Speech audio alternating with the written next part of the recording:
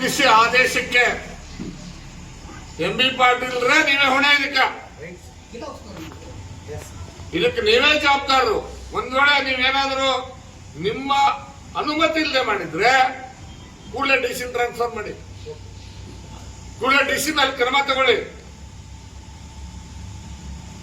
ಈಗೇನ್ ನಾನು ನೋಡಿದೆ, ನಾನು ಪೂರ್ತಿ ಡಿಟೇಲ್ ಆಗಿ ಹೋಗಿಲ್ಲ.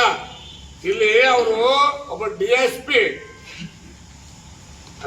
ಯಾವ್ರವ್ರು ಗೊತ್ತಿಲ್ಲ ಅವ್ರಿಗೆ. ಶ್ರೀಗಳು ಇದೇ ಮಣ್ಣವರು, ಗಮನದಾಗಿರ್ಲಿ. ಅವ್ರು ಬರೀತಾರೆ ಏನಂತ,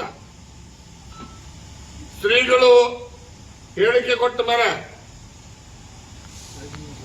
ಲಿಂಗಾಯತ ಸಮಾಜ ಆಕ್ರೋಶ ಬಂದ್ಬಿಡುತ್ತಂತೆ. ನಾವೆಲ್ಲ ಲಿಂಗಾಯತ ಸಮಾಜದವ್ರಪ್ಪ, ನೀನ್ ಯಾವ ಸಮಾಜದವ್ರ ಗೊತ್ತಿಲ್ಲ ನನಗೆ. ಇಲ್ಲಿ ಶಾಂತಿ ಭಂಗ ಉಂಟಾಗ್ತದೆ ಅಂತ ಹೇಳಿದಾರೆ.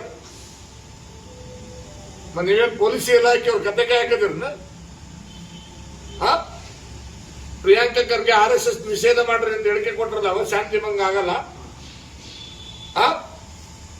ವಿಧಾನಸೌಧದಲ್ಲಿ ನಿಂತ್ಕೊಂಡು ಪಾಕಿಸ್ತಾನ ಜಿಂದಾಬಾದ್ ಅಂತ ಹೇಳಿದ್ರಲ್ಲ, ಅವಾಗ ಶಾಂತಿ ಭಂಗ ಆಗ್ಲಿಲ್ಲ. ಅವಾಗ ಯಾಕೆ ಅವ್ರು ನಿಷೇಧ ಮಾಡಲಿಲ್ಲ ನೀವು? ಕನ್ನೇರು ಶ್ರೀಗಳು ಕೊಟ್ಟಿರ್ತಕ್ಕಂಥ ಹೇಳಿಕೆ ಆಡು ಭಾಷೆಯಲ್ಲಿ ಕೊಟ್ಟಿರ್ತಕ್ಕಂಥದ್ದು ಮತ್ತು ಒಬ್ಬ ಹಿರಿಯ ಸ್ವಾಮೀಜಿಯಾಗಿ ಬುದ್ಧಿ ಹೇಳಿರ್ತಕ್ಕಂಥ ಸಮಾಜವನ್ನ ಮನೆ ಮುರಿದ ಕೆಲಸ ಏನು ಮಾಡಕತ್ತಿದ್ರಲ್ಲ. ಎಂಬಿ ಪಾಟೀಲ್ ನೆನಪಿರ್ಲಿ, ನಿಮ್ಮ ನೇತೃತ್ವದಲ್ಲಿ ಈ ಹಿಂದೆ ಒಂದ್ಸಾರಿ ಲಿಂಗಾಯತ ಧರ್ಮ ಪ್ರತ್ಯೇಕ ಧರ್ಮ ಒಡ್ಯಾಕ್ ಹೋಗಿದ್ರೆ, ಇದೇ ನಿಮ್ಮ KPCC ಅಧ್ಯಕ್ಷ DK ಶಿವಕುಮಾರ್ ಚುನಾವಣೆ ಸಂದರ್ಭದಲ್ಲಿ ಸಮಾಜದ ಕ್ಷಮೆ ಕೇಳಿದ್ದಾರೆ. ನೆನಪಿದೆಯಾ ನಿಮ್ಗೆ?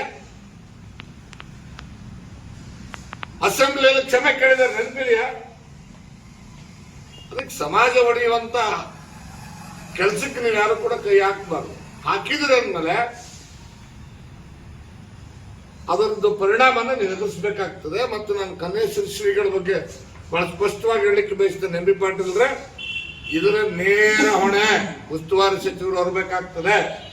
ಇದರ ನೇರ ಹೊಣೆ ಮುಖ್ಯಮಂತ್ರಿಗಳು ಹೊರಬೇಕಾಗ್ತದೆ. ಒಂದ್ ವೇಳೆ ನಿಮ್ಗೆ ಗೊತ್ತಿಲ್ಲದೆ ಆಗಿದ್ರೆ ಕೂಡಲೇ ವಾಪಸ್ ತಗೊಳಕ್ ಕೇಳಿ, ನೀವು ಕನ್ನೇರು ಶ್ರೀಗಳ ಕ್ಷಮೆ ಕೇಳಿ, DC ಮೇಲೆ ಕ್ರಮ ತಗೊಳ್ಳಿ. Thank you.